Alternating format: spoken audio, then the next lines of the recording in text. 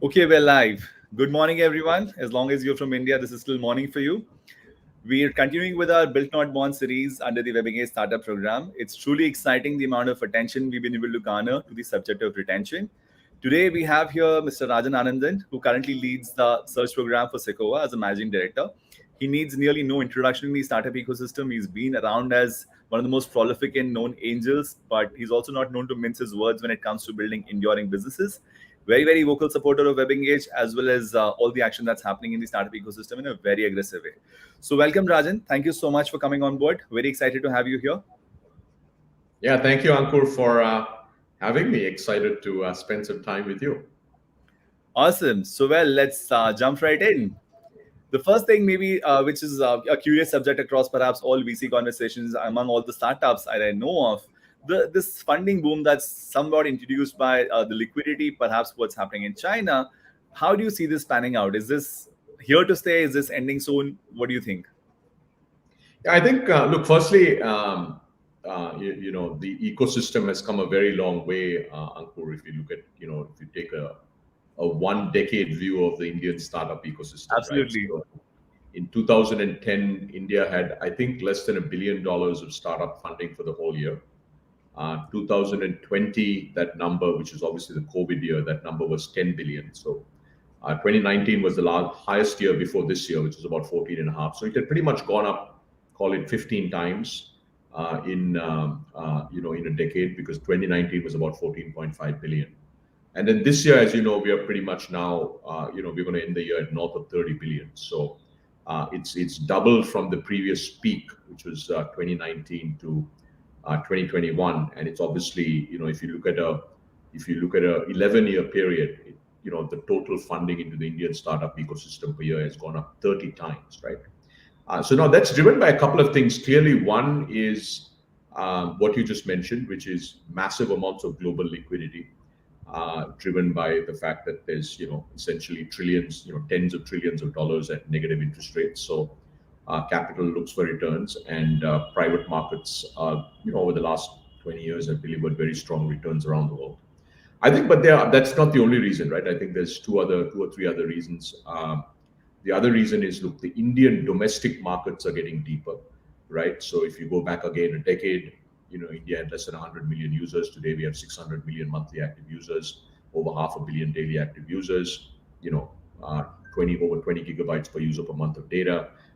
E-commerce infrastructure, payments infrastructure, which was non-existent even 5 years ago, is now pretty well built out, right? So you've got a pretty much larger, deeper market. So that's why you have a company like Byju's. I think about 2 months ago, Byju had announced, in some forum, that they've crossed 10,000 crores of revenue.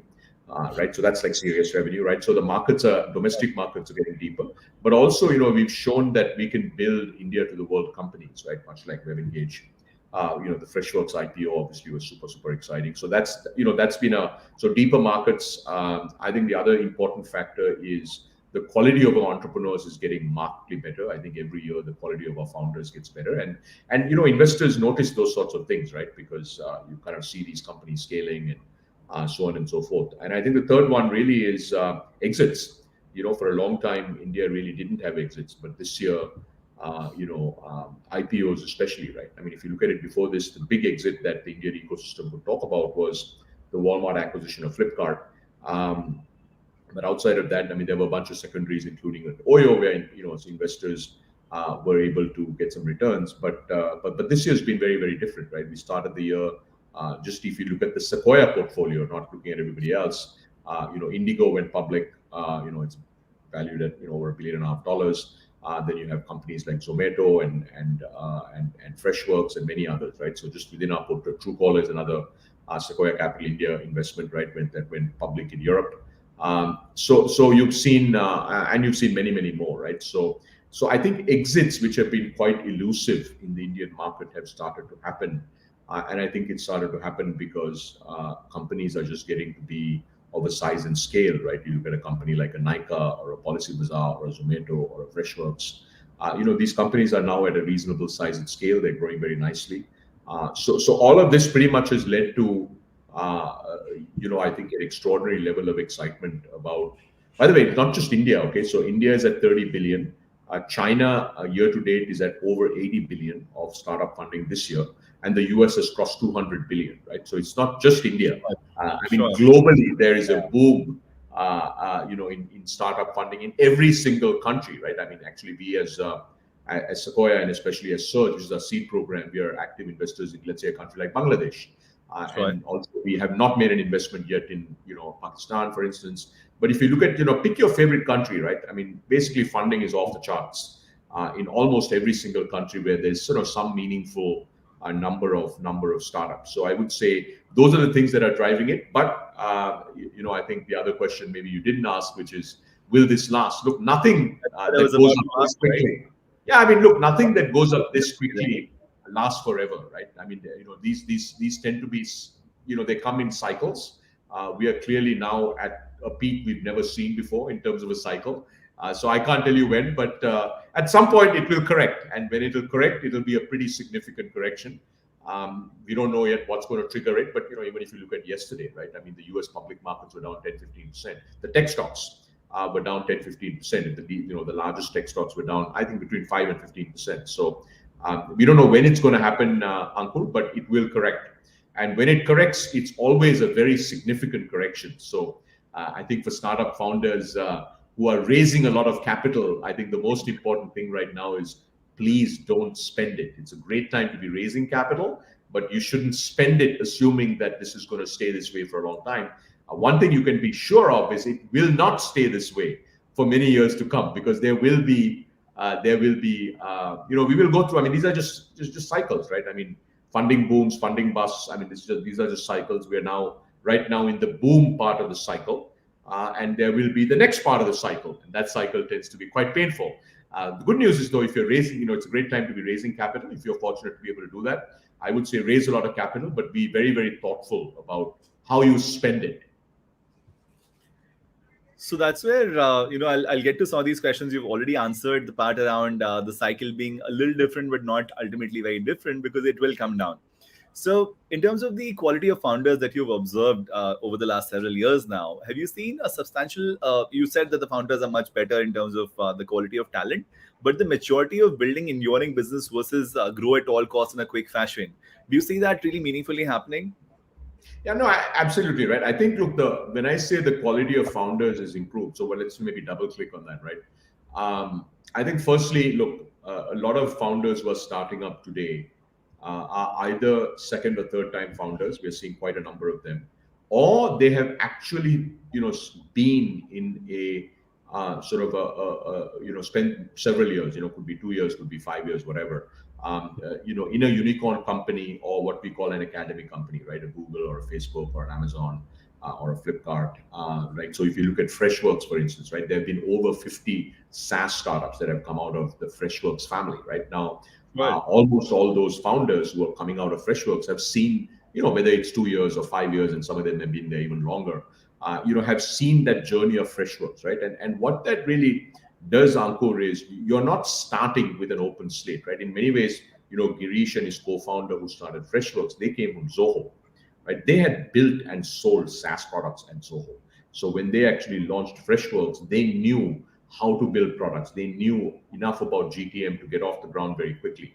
So I think that is, and finally, look, there's today a much broader set of more broader ecosystem, right? So if you spend enough time, for instance, right, if you're trying to raise your seed round, all you have to do is go and spend half a day watching all the videos from Surge on how to raise a seed round, and you're going to be 10 times more knowledgeable than a founder who was trying to raise a seed round even 5 years ago, right? Because the content just wasn't there, right? So today, I mean, you can become, so one, a lot of founders already come with a lot of experience. Second, there's a lot more content, there's a lot more support, there's a lot more ecosystem. There are programs like Surge and many others, right, that help companies sort of get those foundations in place. So I would say absolutely, right? So if you look at, for instance, Surge, I mean, this cohort, we have 23 companies in Surge. If you look at the quality of the caliber of the founders, they are, very, very strong. I mean, obviously we try to partner with the absolute best of the best founders, but also the focus of the Surge program is to help founders understand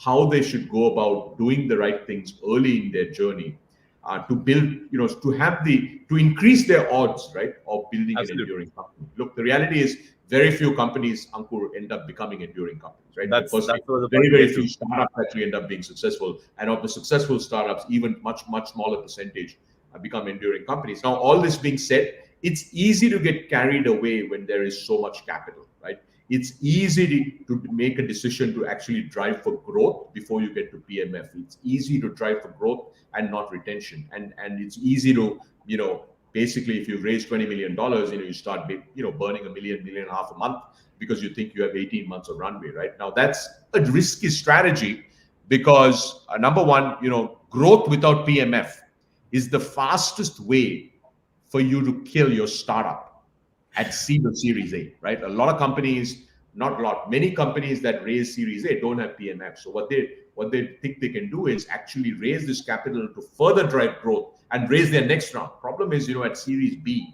if you don't have PMF, it's going to be very, very difficult for you to raise your round. Which is precisely where I was curious about the maturity of the founders that you see going forward, because despite all of the ecosystem knowledge search program, and you're ultimately absorbing a chunk, but there's a larger set of startups which are also raising meaningful capital from probably large stakeholders, and they're doing the same mistake of scaling before PMF. So that's where the maturity of the founders or the temptation. So how do you see this playing out? Look, I mean, obviously, right? Mankind, we keep making the same mistakes over and over again. I mean, that's why they say history repeats itself, right?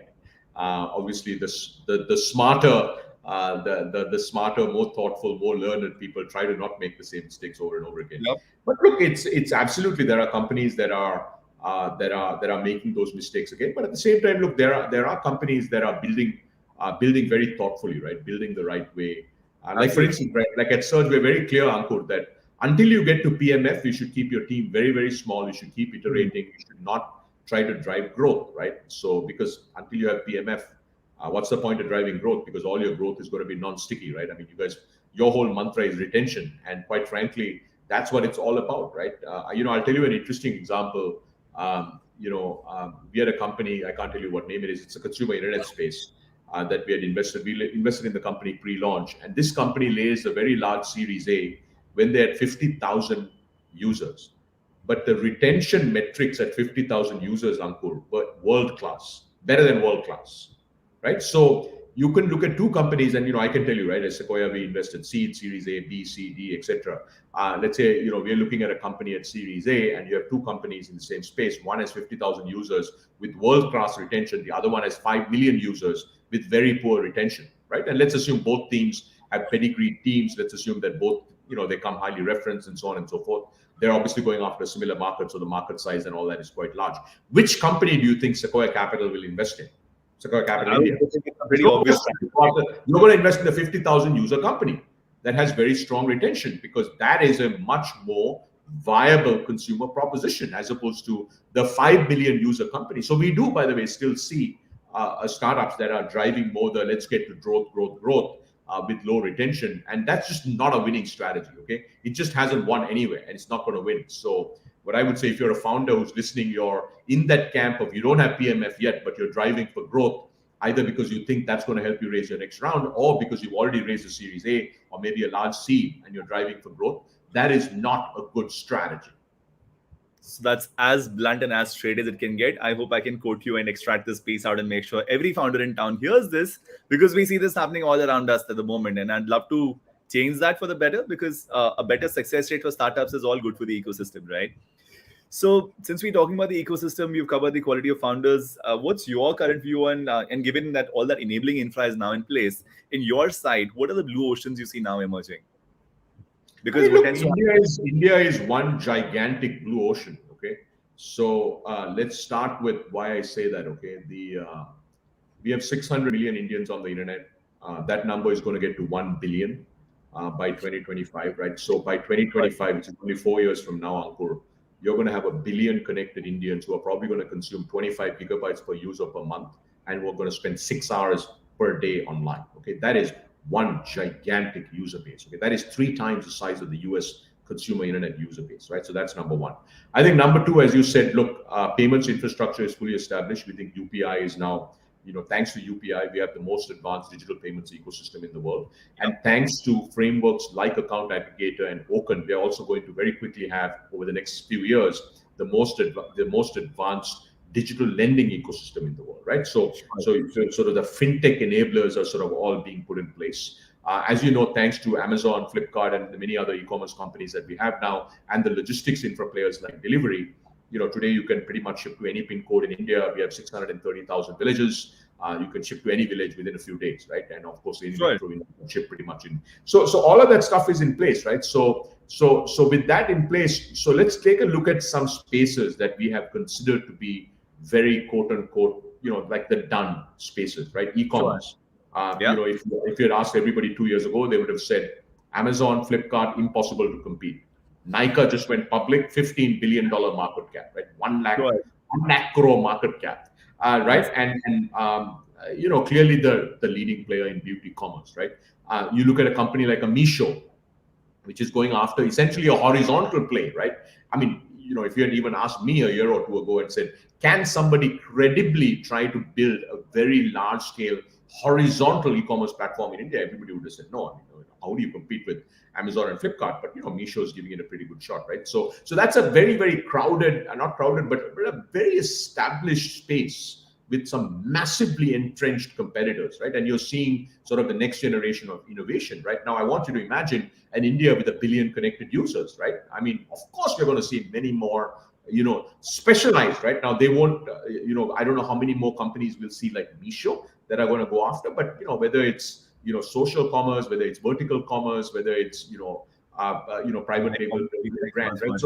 So even in some of the most competitive, well-established, highly entrenched competitors, we're going to see innovation, right? Another one is ride hailing, right? So clearly we have Ola and Uber, but then you have companies like Rapido and many others. And I think in many ways, when mobility comes back, right, we're going to see a new generation of mobility companies. They'll probably be EV first and so on and so forth that will come up. So I think that's on the one end of the spectrum, right? You have sort of these spaces that in many ways, several of us, including myself, if you had asked me 2 years ago, would have said, it's hard to see sort of a new multi-billion-dollar company being built, and then boom, you have a company like Meesho, right, which comes out of nowhere, is now obviously doing very, very well. But on the other hand, on the other end of the spectrum, you have true sort of what I might call blue oceans, right? And Ankur, I think these blue oceans really are in spaces like ag. So Sequoia, we made our very first investment in ag tech in a company called BJAC. They were in our second cohort of search, but since then we've made several other investments, DeHart and Animal and Absolute, which is a company in the search cohort that just wrapped up. At the end of the day, right, this is a multi-$100 billion industry. In India, 3 billion, 2.5 billion people depend on agriculture around the world. India is going to be the hub for global innovation in ag tech. Right. And the reason I say that is because we need innovation more than any other country. By the way, Israel reads on things like precision ag. I'm not talking about that. Okay. How to make very, very small farms more productive through tech. I'm not talking about that. I'm talking about innovative new business models in agriculture that are enabled by technology, right? Like if you look at a company like Absolute, I don't know whether you're familiar with them, they use precision farming to improve farm yields by 30%. And then they have sort of an output driven sort of market linkage based market business model, right? So that's on the other end of the spectrum. You have spaces like ag, you have spaces like digital health, right? So the first generation of digital health companies were e-pharmacy companies like 1mg Pharmacy, etc., and then companies like Practo, right? But now you're seeing a new generation of digital health companies, which are really digital therapeutics companies, right? So think about a company like Twin that is going after diabetes, or think company like Vera, which was in our most recent cohort of search, which is going after PCOS that impacts 100 million women in India, right? So really, I mean, there's a spectrum, right? But the reality is, look, there's opportunity everywhere. Let's take direct to consumer brands, okay?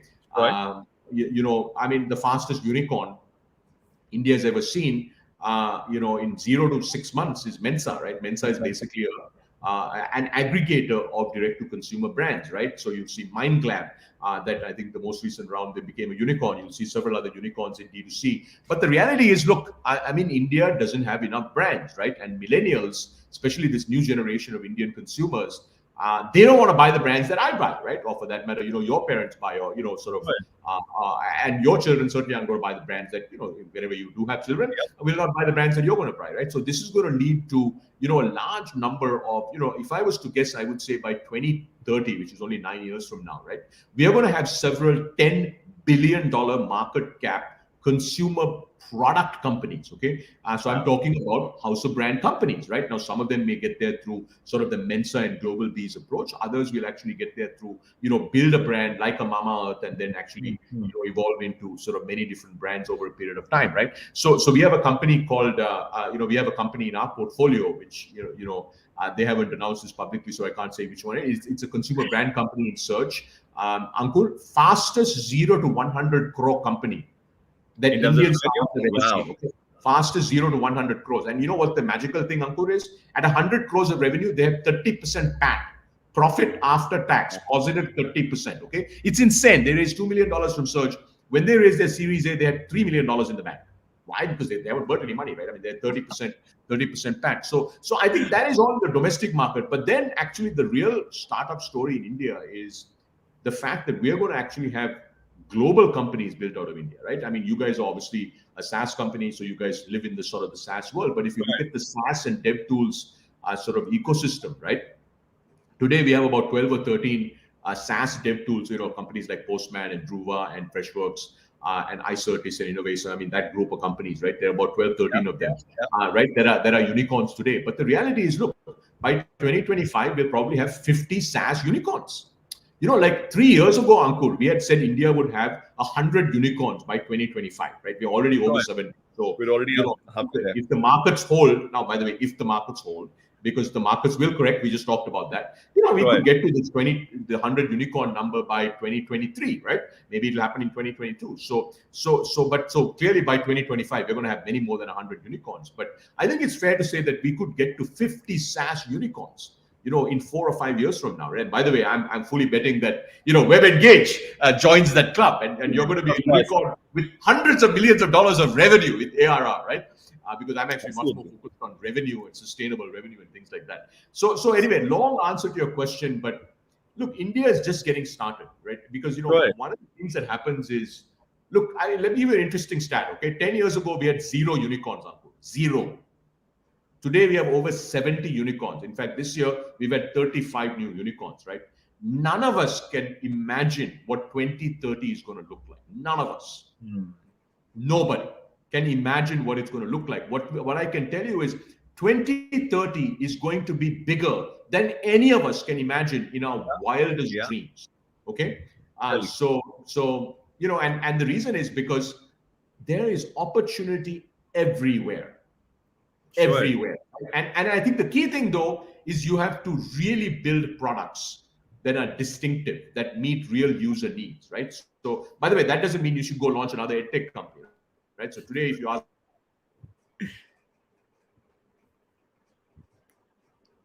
Okay, I seem to have got you stuck a little bit, Rajan. I lost you for a second. Am I back? Yes, you're back now. Okay. No, so look, today, by the way, that doesn't mean you should just go launch a business in any space, right? So, for instance, in edtech, right? So, India today has, we are as Sequoia, we are very fortunate to be investors in, Byju's, Unacademy, and many other super interesting companies, right? Including some very early stage companies that are very, very interesting. But in edtech, if you're building an India edtech company, Ankur, right, you have to be really, really thoughtful about the white space, right? Because there are hundreds of edtech companies, right? So you have to be, so the more developed our ecosystem gets, especially in spaces where there are many companies, entrepreneurs have to be extremely thoughtful about what user are you building for, what's that unique insight. You have a product that is really going to be, create that wow moment for your customers, and then obviously, can you get to PMF, which is all about retention. Absolutely. So thank you so much for that plug around retention so many times. I guess that's more than what we could have expected. It's not a plug. Look, the reality is, if you're a seed stage company, right? If you're an early stage company, you have no retention, you have no business. Okay, it's very simple. If you're an early stage company and your retention is poor, you will not have a business. So you should just stop everything else and just figure out how to get to great retention. Because when you have great retention, now you can start driving growth, right? Awesome. So this is, I would probably use the word validation more than I would use plug. So this is great, right?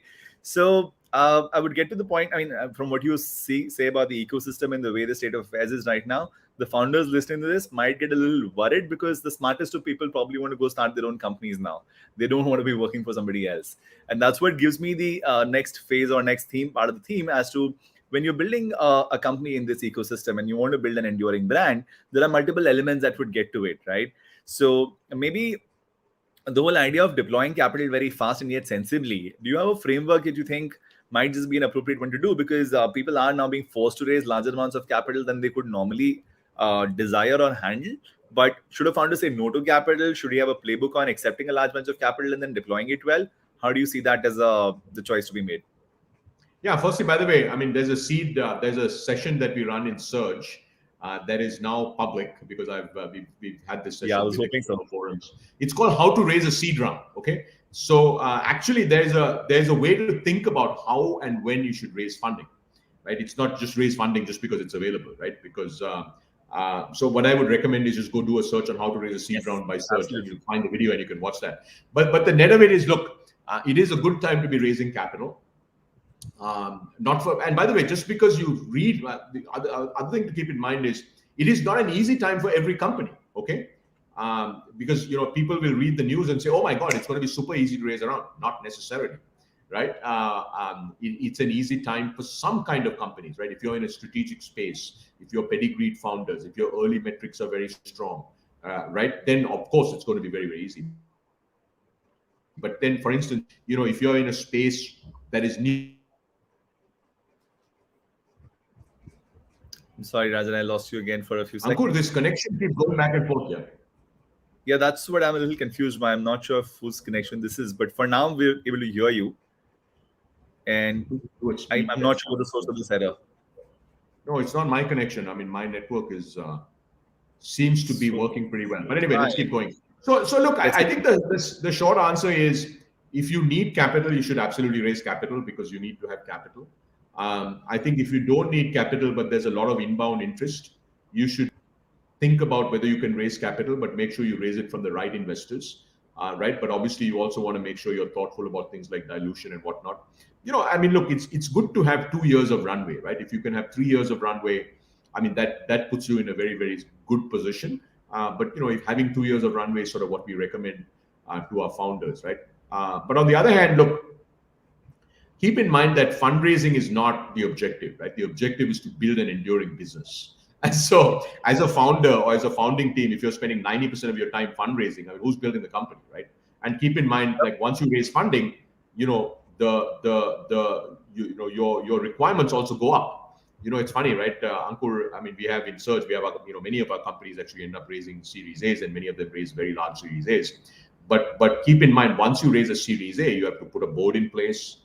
You have to make an annual plan. You have to hit your plan, right? So people forget that, like, you can't miss your plan anymore, right? Your Sure. 2022 plan, once you raise a big round of funding, you better land your plan. You better get pretty close, because what will happen otherwise is your investors who think the world of you, they're going to very, very quickly lose confidence, right? Sure. So it's not as intense as the public markets, because public markets, once you go public, you better be a predictable growth machine. Okay, but even in the private markets, once you raise capital and once you have a board of directors with your investors on it, and maybe some investors and 1 or 2 independents, you have to start learning how to deliver results in a predictable way. Otherwise, what happens is basically your board starts losing confidence that you can actually deliver, right? And a lot of founders forget that it's not just raising about the money. You have to deploy that capital thoughtfully. You have to start consistently delivering faster rates of growth, right? And hopefully with much better unit economics and things like that. So that's what I was looking to double click on. When you're, let's say you went to market to raise 5 mil, you managed to somehow raise 10 mil. And because you don't want to extend the runway beyond those 2 years, you want to double down on the growth part of it. And that's where probably a lot of mistakes tend to happen, because people will overinvest in marketing without the right kind of PMM metrics. Because when you're expanding a company, you have to validate geographies, you have to validate business models, you have to validate curriculums. Different industries will have different things that they need to constantly find PMF for, right? It's not like once you've done it for once and it's done forever. So that's why I'm curious if there is a framework that you've seen being done successfully by companies where they do a great job at deploying capital even though they got more than what they asked for. Yeah. So firstly, I mean, just because you raise a lot of money doesn't mean you should spend it, and this is a very, very important point. Okay, we are in a market that the world has never seen before in terms of how hot it is, in terms of the kind of valuations, in terms of the funding cycles. I just went through all these numbers right at the beginning of this call. Right. So keep in mind that it's going to change, and when it changes, it changes for a period of time. By the way, right? Markets don't, these cycles, they last. The boom will last for a long time, and when you go into the next phase of the cycle, that will also last for a long time. Okay, because these things don't correct like immediately, right? They don't correct either way immediately, right? The boom cycles tend to last for a long time, and then the other way also tends to last for a long time. So I think the most important thing is, just because you raise a lot of money doesn't mean you should spend a lot of money, right? Look, at the end of the day, you have to grow prudently, right? So what do I mean by that, right? Look, so for instance, right, first make sure that your retention is very, very strong, right? Second, make sure your LTV to CAC on marketing is very powerful, right? So if your LTV to CAC is 0.5, what do you think? You should not be like spending on marketing, right? Right? If your LTV to CAC was like 10:1, yeah, you should like double down on marketing, right? Third, just make sure that your team is scaled up to be able to handle the additional growth, right? Like customer success, it's always underinvested in, right? So what happens? You get a lot of customers, and then on the B2B side, right, and then you can't really maintain them, right? Make sure that, like for instance, like what's your NPS, right? If your NPS is average or poor, you should probably not be fueling more marketing to drive faster growth. First, get your NPS improved, right? Retention. You just look at your retention cohorts, and that'll, like, I would do three things. I would look at a retention cohort, look at what that looks like, right? Does that paint a very good picture that I have strong PMF, that I can really step on the pedal on marketing gas? Second thing is look at my LTV to CAC, right? Understand like what the LTV to CAC looks like. Third thing is I would look at NPS. Even outside of the retention cohort usually gives a pretty good sense of that, but I would look at NPS, right? And measure NPS and understand, like how do, like, especially if you're in a B2C business, right? What do consumers really think, right? And if your NPS is below average, that's probably not a good thing. And the last thing is look at your team and say, if you're, let's say, growing at, let's just say, okay, you're growing at 100% year on year, which you should be, right? Every company should be growing at 100% year on year. Once you find PMF, if you're not growing at 100%, year on year, and you're a very early stage company, that's not that interesting, right? Then you got to ask yourself, do you have the team in place and the capability, right? Things like onboarding, right? In place to be able to grow much, much faster. Because the reality is, if you're going to take your growth rate from 100% year on year to 200% year on year, you're going to have a team that is 2x more scalable, right? I don't mean 2x more people. I mean, they need to know how to scale, and you need to have some of these enabling processes, right? I see this a lot in B2B companies, Ankur, right? They'll just hire a whole bunch of salespeople. But they have no sales onboarding process in place. So as a result, guess what? Most of these salespeople start missing quota. Then they leave because, salespeople have higher plans, right? If they don't make quota, which means they're not making 50% of their money, which means, they're not going to keep doing this forever, right? So they will leave, or, the team will actually say, look, this is not working. They will actually, try to get new people in. So you've got to look at all of these things, right, before you really step on the pedal and say, I'm going to grow much faster. Probably the last thing I'll say is, look, there's a fallacy, especially, I don't know how many of your audience is sort of SaaS companies, right? There's a fallacy in SaaS, especially revenue first SaaS, but there's also distribution first SaaS, right? That if you're at, let's say, $1 million of revenue, ARR, right? That if you can grow at 100%, that's good. I have news for you. That's not good. Okay. The best company in our current search cohort that just wrapped up will go from 1 million ARR to 10 million ARR in 12 months in our region. Okay, I'm not talking about a company that's based in the US that's targeting the US market. Okay, so if you're at 1 million, you should try to go for at least 3 million, maybe 4 million next year, right? So 3x, right? And there's the T2 D3 framework, which I love. But I think we're going to invent our own framework, which is probably going to be 10. T10. Once you hit 1 million, can you get to 10 million, right? I mean, that's sort of but to do that, by the way, you need to have very, very strong PMF, and you need to have a killer leadership team that knows how to scale, right? You got to have incredible onboarding processes. You got to know exactly the kind of salespeople you want to hire. You want to have your marketing demand gen sorted, right?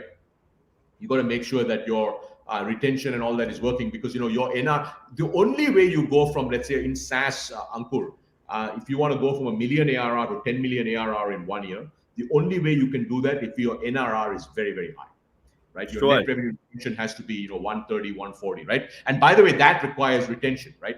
Customer upsell, low churn, all this kind of stuff. And because churn kills companies. True, absolutely.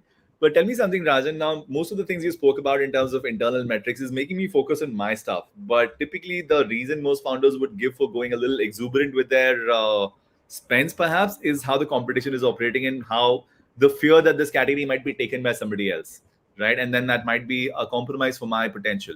How do you see that? I mean, do founders just ignore the outside world, or what should they do? I mean, look, you should not ignore the outside world. Look, you should obsess about your customers. Okay, Right. at the end of the day, the company that wins customers, right? They don't beat competition; they win customers, right? They delight customers, right? So here's interesting stat for you: Google was not the first search engine. It was Of not the course. second search engine. It was not the third search engine. Google was the ninth search engine. They won because they nailed search. They gave the best search results to users. Okay. Facebook, Facebook was not even the 20th social network, not even the 20th, but is now the largest social network in the world. Why? Because they built a product that delighted users. Yes, now you could argue today about Facebook and Meta and all of that. I'm not talking about now, right? I'm talking about Right. like 15 years ago. Okay. So I think what is important as founders is your battle is for the user. Okay. Your marketplace is the user marketplace. And you have to win the user, which means you have to delight the user. You have to have a materially better product for the user. You have to find a way to retain them. You have to find a way to delight them, and you have to do that in an economical way, right? I.e., LTV to CAC has to work.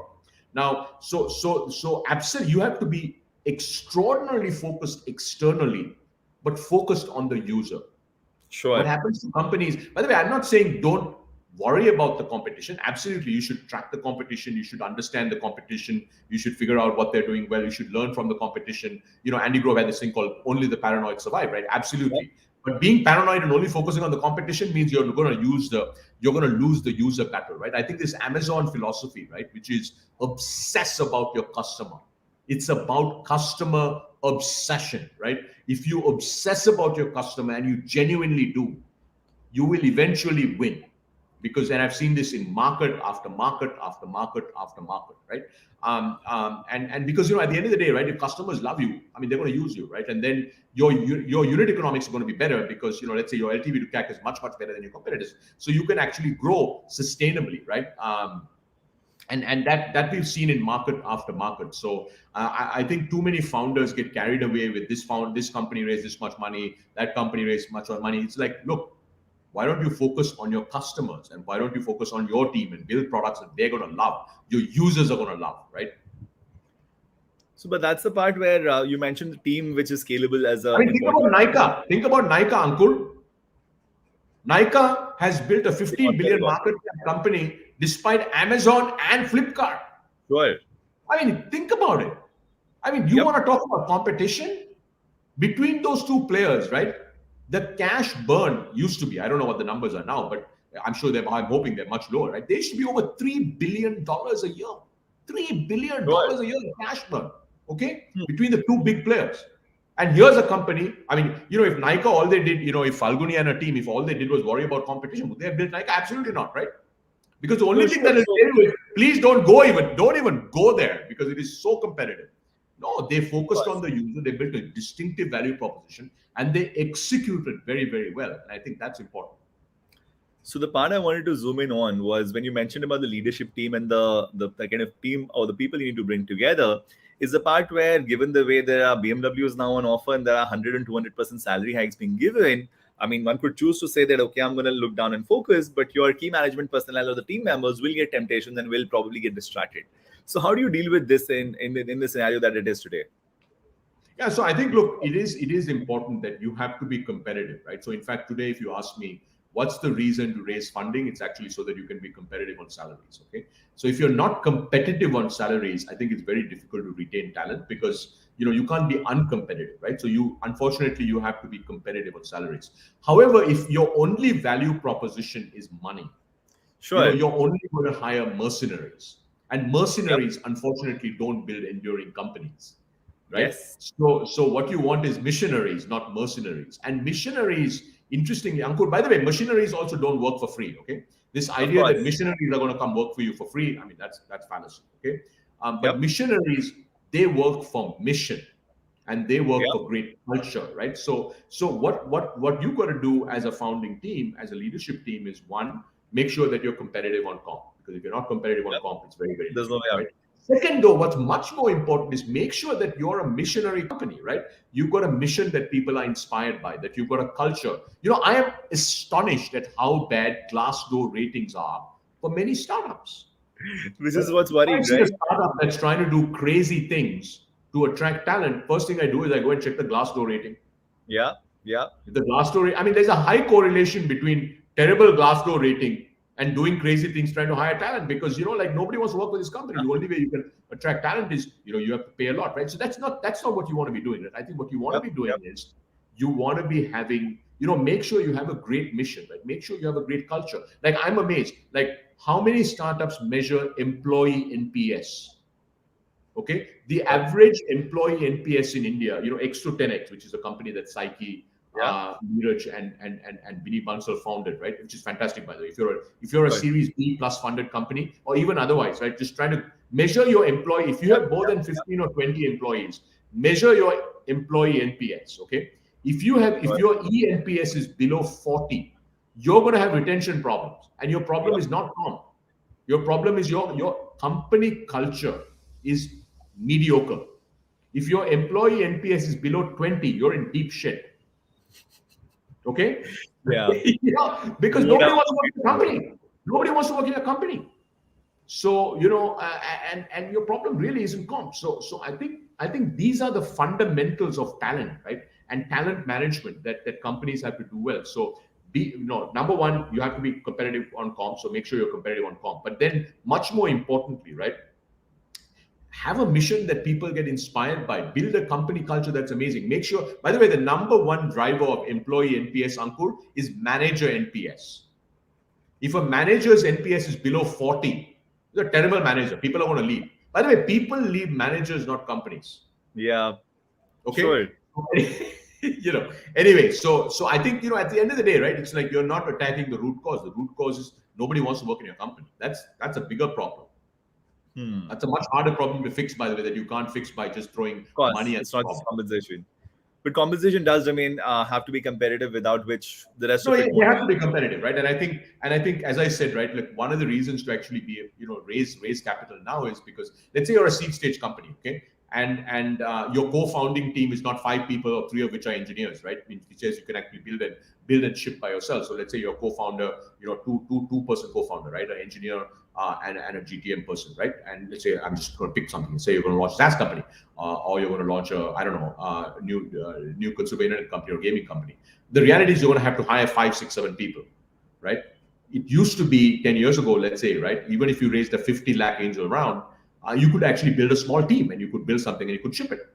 Today, with 50 lakhs or, let's say $100,000 or $200,000, it's very hard to do, right? Even with a crore, it's very difficult to build a core team of 8 to 10 people and build a high quality product that you can launch. So actually today, the reason to raise funding, I would say, if you ask me, the number one reason, especially if you don't have a lot of money in the bank, is to be able to build the right team and take your time to build a high quality product. Sure. Awesome. On that note, so this is a very tactical, perhaps specific question. When you're 12 months from the last round, have 6 months of runway left, you need to show growth, because without which you will not get your next round. How do you navigate from here? Yeah, I mean, look, firstly, if you keep in mind, growth doesn't necessarily lead to funding. Okay, high quality growth can help you raise your round. Okay, so I mean, investors look at many different things. By the way, those of you that are trying to fundraise, please do a search for how to raise your round from Surge, and please go watch that video. I think it's an hour or something. I think you get a lot out of it, right? Where we talk about like what do investors really look for. Okay, sure. So the reality is, look, if you have 12 months of runway and you're burning a lot of capital, which is probably why you have 12 months of runway, and if you're in a place where you can drive high quality growth, what does high quality growth mean, right? One, you have PMF. Right. Number 2, you found growth channels that are scalable. Then you should drive the growth, right? However, if you don't have PMF, I would cut burn. I would go down to a bare bones team and get to PMF. Make your 12 months last 36 months, because you have to figure out how to get to PMF, right? On the other hand, let's say you have PMF, but you haven't found a growth channel. a growth channel that has the right unit economics, right? Remember, it's like LTV to CAC math. So then what you've got to do is, cut your marketing spends on random channels and figure out how do you find that one scalable channel, right? So what we talk about in growth, Ankur, is, it's at any given point in time, especially if you're a, seed, Series A, Series B funded company, right? You've got one channel that works. You've got to max that out. And then you have to run sort of what I call low burn experiments, right? To find sort of the next channel, because every channel that works at some point will taper out. Then you're in the next channel, right? But what's a really bad idea is to try to spend a lot of money on 5 different channels. Unless you have 5 channels that really work. Now it's different, right? Look, if you're a Byju's, it's different at that scale. If you're like more like a series, seed or Series A or Series B funded company, that's very, very different. So there's no simple answer to this 12-month runway question. But I would take a step back and say, where are we as a business? Do we have PMF? Have we found a growth channel that has LTV to CAC? What is the general investor appetite in the category? Talk to a few investors who are friendlies to get a sense of what do you guys really look for, right? Like for instance, TIE has this venture cohort, right, where basically we pick like 40 to 50 companies and we go through sort of a 10-week program with TIE, right? And it's, those of you that and we have a session on, we have a lot of mentoring sessions there, right? And the last cohort I had mentoring sessions with 30 companies. About half the companies have raised funding. But with, many of them, I said, look, I mean, it's going to be very difficult for you to raise funding because of X, Y, or Z, right? Either you don't have PMF or you're in a market that people don't really, at this point, people aren't really looking to invest in. Right. So talk to some friendly investors who can give you some advice on what do investors look for, right? Because a lot of founders, I think they don't exactly understand what investors look for, right? I mean, I give you this example, right, of this company with 50,000 MAU. I mean, it's a tiny number. There is a massive Series A. Why? Because you're a great founder, terrific vision, but extraordinary PMF. So very interesting to hear. You mentioned about Sequoia Search being a very, very hands-on sort of program somewhere in terms of the amount of guidance you're providing to the founders. We basically are super hands-on. But that's 23 of them, right? But there is, I think, a few hundred startups which probably would be relevant, and that's kind of where you see a bunch of mistakes. No. So for every cohort, we get about 1,800 to 2,000 applications. There you are, right? So your selection is between 4,000 to 5,000 companies a year, Ankur, and we would have between 40 and 50 companies in our 2 cohorts of search. So now the question was in terms of the support ecosystem to be built for the remaining bunch, because not every fund is either a bandwidth or a position to run a search kind of program. It's a very, very powerful, almost like a substantial jump in your chances of success, right? If you make it to search, the chances you'll make it further than that is much higher. So we were wondering, when we were setting up the Started program, we are not a fund. We're not really doing something as comprehensive as perhaps search, but the direction to move into, if you were to really solve from our perspective, what we would love to be able to pull off is to improve the success rate of startups by the right kind of interventions so that at least the obvious mistakes don't get made. Now, I'm just curious as to, the search, some of the content is becoming public, as I understand, but do you see founders more open to learning from these, or do you still see them, somewhere heuristically making the same mistakes? No, I think, look, founders are definitely, I mean, I was, by the way, this TIE program is called Venture Studio, right? So it's similar to what you guys are, a little broader. Yeah. But I think, look, I mean, as you said, like, WebEngage gets 250 applications, right? And you all are very focused on sort of consumer companies, right? Yeah, consumer companies. So look, I think there's a lot of appetite for learning in the ecosystem, right? And I think as we put out, as collectively as an ecosystem, as we put out more and more content, as we have programs like, whether it's Surge or the WebEngage Startup Program or the TIE Venture Cohort or the program that Axel runs or the program that Lightspeed runs or the programs that, many others sort of run, right? I think we need many more of these, right? So look, at a simplistic level, we've come a long way in the last decade, Ankur, but we're just getting started as the Indian ecosystem, okay? We have another 10x and 100x to go from here. So we need a lot more mentors, we need a lot more programs, we need a lot more content, we need a lot more capital to be able to really, keep upskilling, our ecosystem, right? Because we have a long way to go. But I think, look, most entrepreneurs, I think you can't be a successful entrepreneur unless you're a learning machine, right? Because you have to learn, because you're trying to create something new, okay? You're trying to create something new. You have to build a lot of skills yourself. You have to hire people that you probably never hired before. You're doing so many things, right? So if you're not a learning machine as a founder, I think it's very difficult to be successful. In fact, it's one of the things we look for, right, in traits. One of the traits we look for in successful founders is, Is this founder really, are they keen to learn? Are they curious? Are they constantly learning? Are they constantly applying? Are they constantly iterating? Are they constantly getting better? Like this notion of, get 1% better every day. I Sure. think it's a very, very good idea, like 1% better every day. Are you getting 1% better every day? Because 1% better every day means, look, in a year, you will become a whole new person from a skills standpoint. Yep, absolutely. So, well, this has been incredibly interesting, very to the point on the subject of retention that we want to make sure enough founders pay attention to. We'd love to amplify this message to as many founders as we can. And from a program perspective, we won't be able to absorb all of them, but for sure, the content that we produce will be available to all the founders that would want to learn from the effort. And we'll keep the conversation going on retention across all the different forums. And we'd love to partner with some of the programs wherever there is focus on the segments that we work with. So that's all from my end, Rajan. It's been very, very interesting learning from you. And I'd probably just open that up to a few more questions. Maybe Siddharth, if you can curate from the audience and put it together in the chat for us here.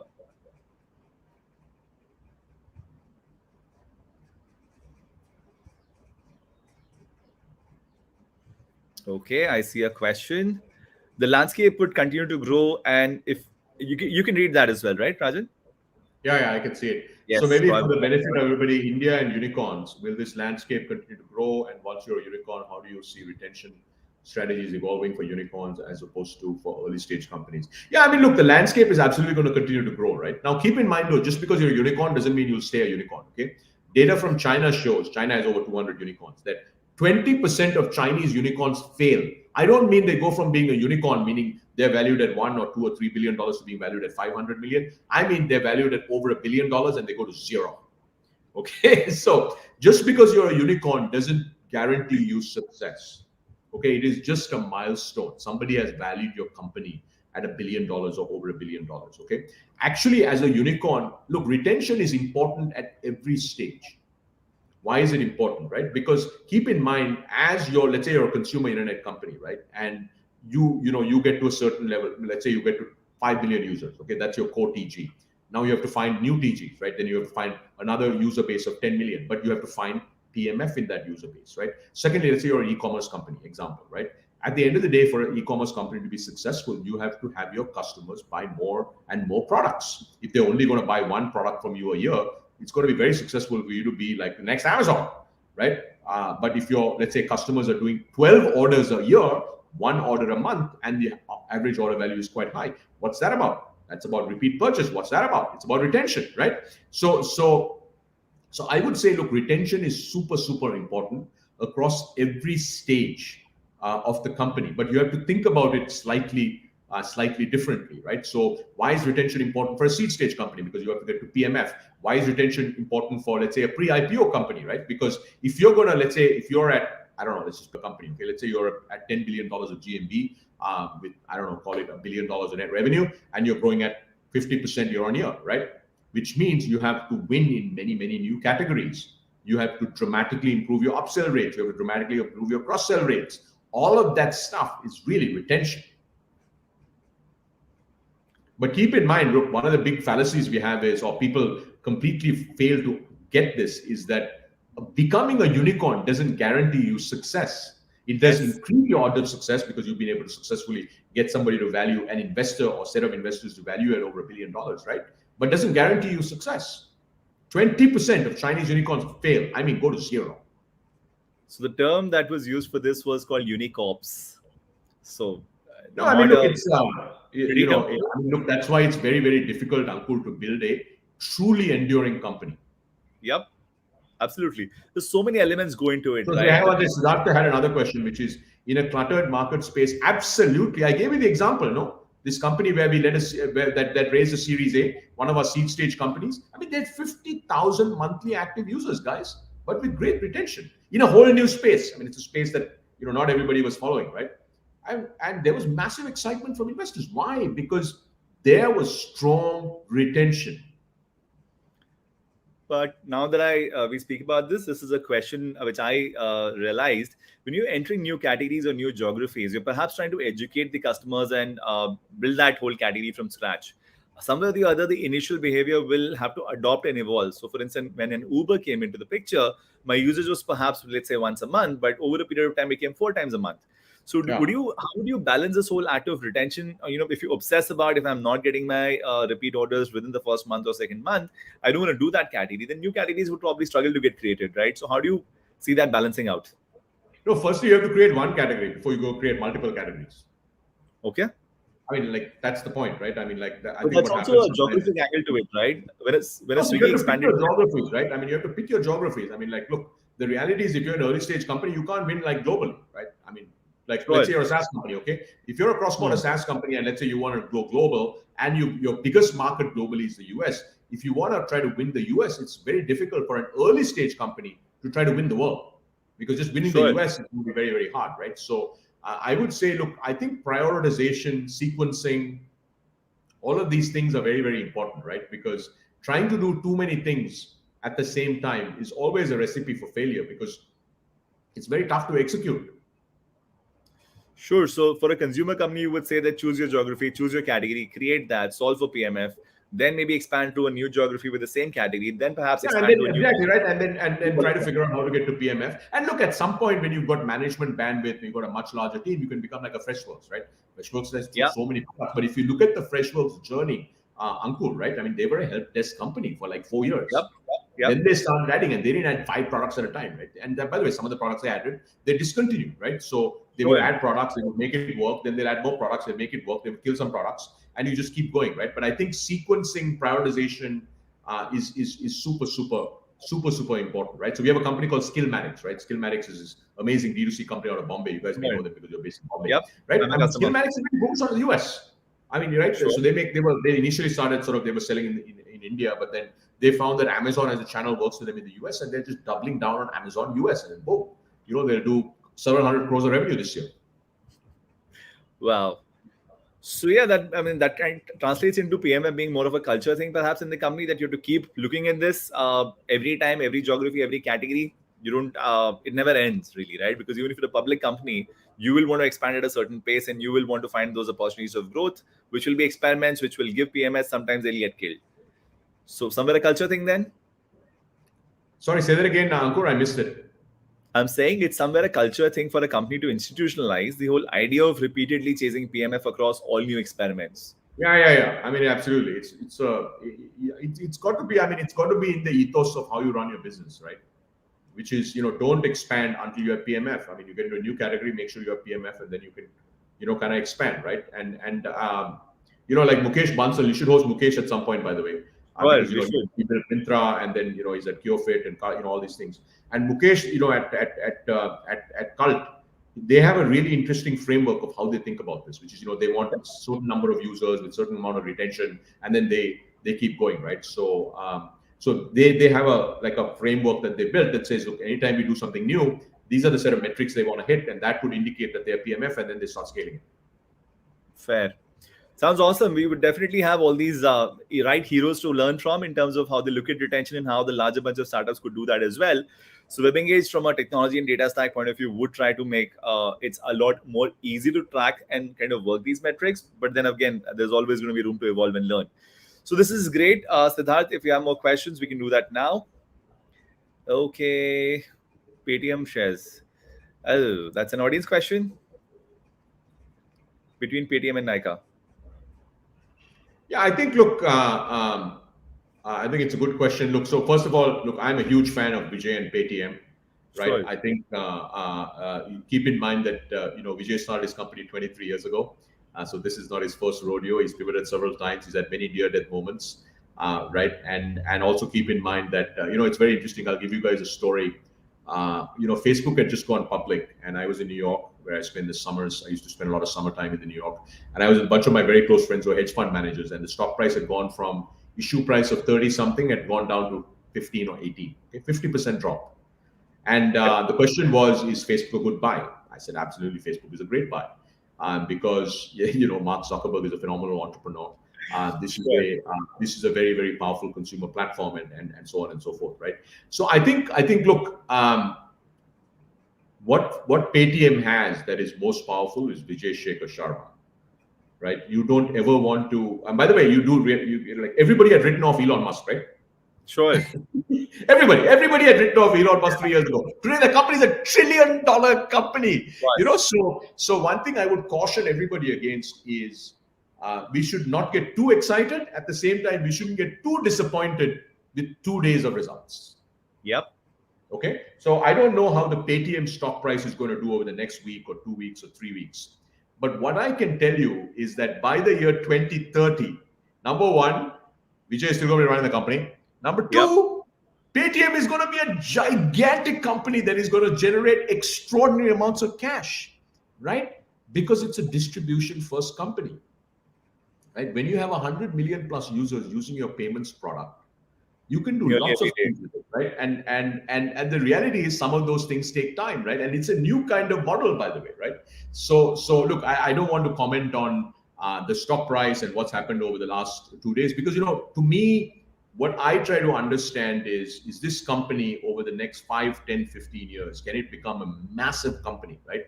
And to me, the most important part of that, Ankur, is the founder here, right? And look, I'm a big fan of Vijay Shekhar Sarma. So I would say I don't know what's going to happen with the stock price this week or next week or the next month.